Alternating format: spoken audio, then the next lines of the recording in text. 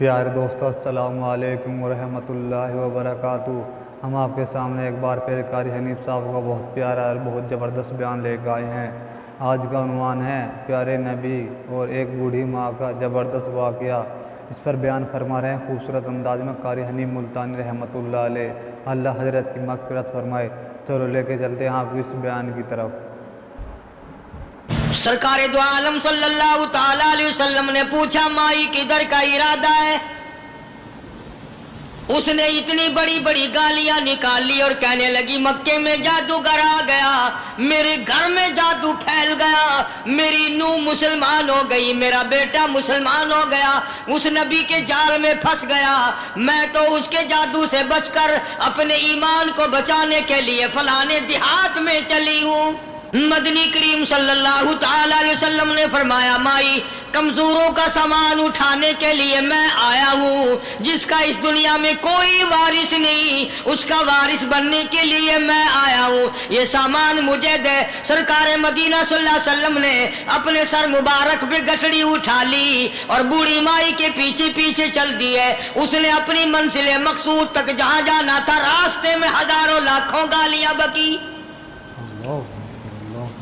میرے گھر کا بیڑا غرق کر دیا، میرے گھر میں دین نیا پھیلا دیا، جادو پھیلا دیا، نئی نئی چیزیں آ گئی، پرانا دین ختم کر دیا، میرے گھر کی رسوائی ہو گئی، میں اپنا ایمان بچانے کے لیے آئی ہوں۔ جہاں بڑھیا مائی نے جانا تھا منزل مقصود پہ پہنچ گئی، ٹھکانے پہ پہنچ گئی، سامان نیچے اتروا کر حضور کو پلہ پھیلا کر جھولی پھیلا کے دعائیں دینے لگی اور کہنے لگی او میرے بیٹا جیسے اس جادوگر سے میں بچ کے آ گئی ہوں، جیسے اس دین نئے پھیلانے والے سے میں بچ کر آ گئی ہوں، میرا دین بچ گیا، میرا ایمان بچ گیا، میری دعا ہے اللہ کرے تو بھی بچ جائے۔